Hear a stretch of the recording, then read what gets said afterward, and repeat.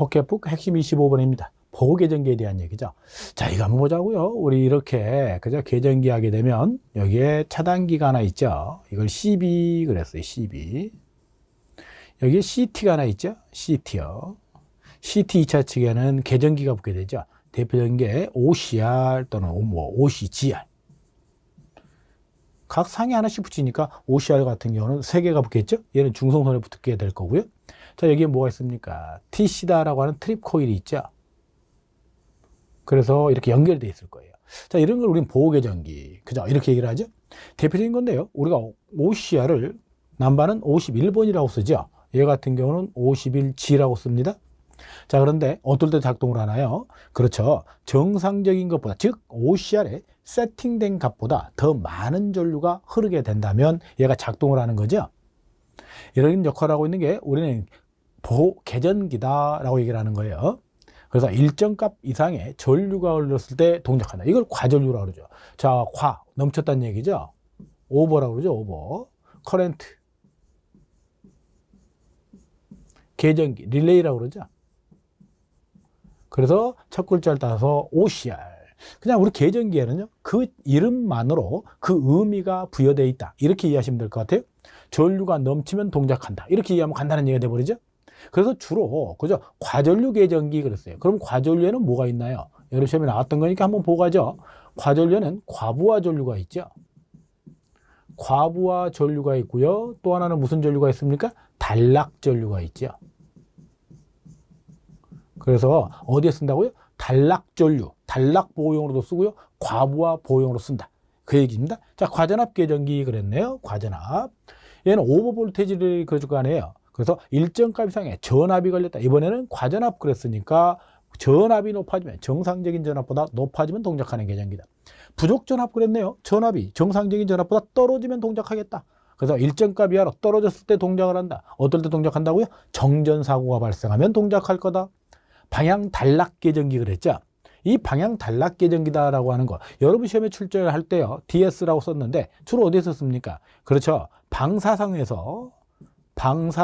선로에서, 자, 한번 들어보고 가자고요. 방사상 선로에서 전원이 두 군데일 때는 반드시 그저 DS하고요, OCR을 조합해서 사용하도록 되어 있죠. 체크하시고요. 환상선로에서는 전원이 한 군데일 때, 전원이 한 군데에서 공급되고 있다면 그때는 DS만을 가지고 보호할 수 있다. 그래서 얘 같은 경우는 일정 방향으로, 방향 그랬잖아요. 방향 단락 계전기. 무슨 전류가 흐르면? 말 그대로요. 단락 전류가 일정한 방향으로 흐를 때 동작하는 계전기. 뭐 이렇게 표현하면 얘기될 것 같아요. 자, 다음으로 한번 가보자고요. 거리 계전기입니다. 이 거리 계전기를 다른 말로 쓸 때는 뭐라고 그러냐면 임피던스 계전기다 그러죠. 임피던스 계전기다. 이렇게 얘기를 합니다. 자, 임피던스다라고 하는 게 Z다라고 하는 거, 그죠? 여러분이 알고 있는 직리에서는 R이라고 그러죠? I분의 V다. 이렇게 표현하죠. 전압하고요, 전류, B에 따라 동작을 하게 된다라고 하는 겁니다. 그래서 우리는 임피던스 계전기라고 얘기하고 있고요. 얘는 거리에 비례해서 동작하는 계전기다. 이렇게 얘기하면 될 것 같고요. 주로 어디에 쓰고 있는가? 선로의 단락 보호입니다. 송전선로의 단락 보호용 또는 개통의 탈조. 탈조다라는 말은 정상적인 운전 상태를 벗어나 버리는 걸 탈조, 이렇게 얘기를 하죠. 그래서 송전선로 보호용으로 사용을 했던 겁니다.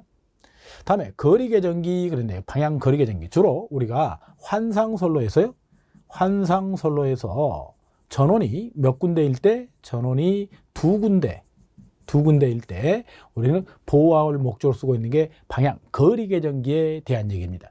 거리 계전기에다가요, 방향성을 부여했다. 이렇게 이해하면 간단하게 얘기될 거예요. 지락 과전류 계전기다. 과전류 계전기인데 그죠? 감도를 좀 더 예민하게 세팅시킨 겁니다. 그래서 과전류 계전기에서 동작을 하는데 그 동작 전류를 좀 작게 지락 보호에 사용할 수 있도록 만들어졌다. 이렇게 생각하면 될 것 같아요. 자, 다음을 한번 보도록 하죠. 방향지락 계전기입니다. DGR이라고 얘기하죠. DGR. 얘를 계전기 넘버 67번을 쓰죠. 한번 나온 적이 있네요. 지락 과전류 계전기에다가 방향성을 부여했다.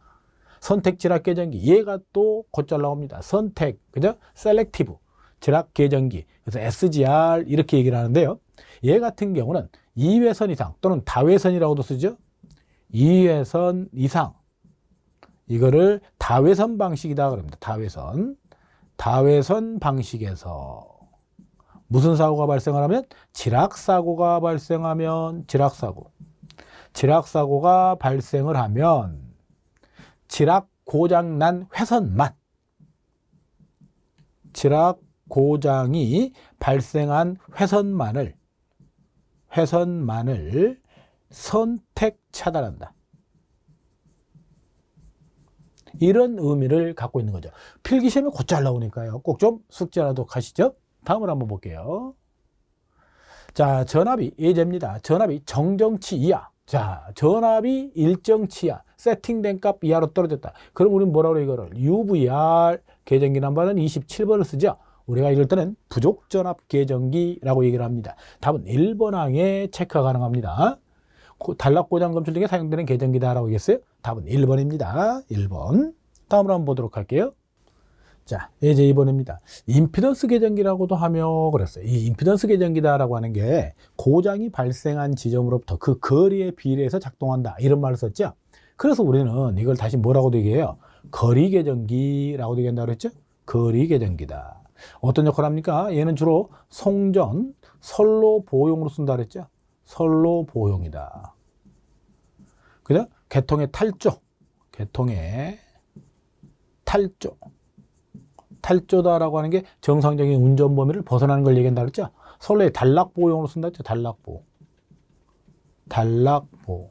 이런 의미들이 들어가면 거리계정기라고 답을 하게 되겠죠? 답은 2번 항에 있습니다. 2번 항 되겠네요.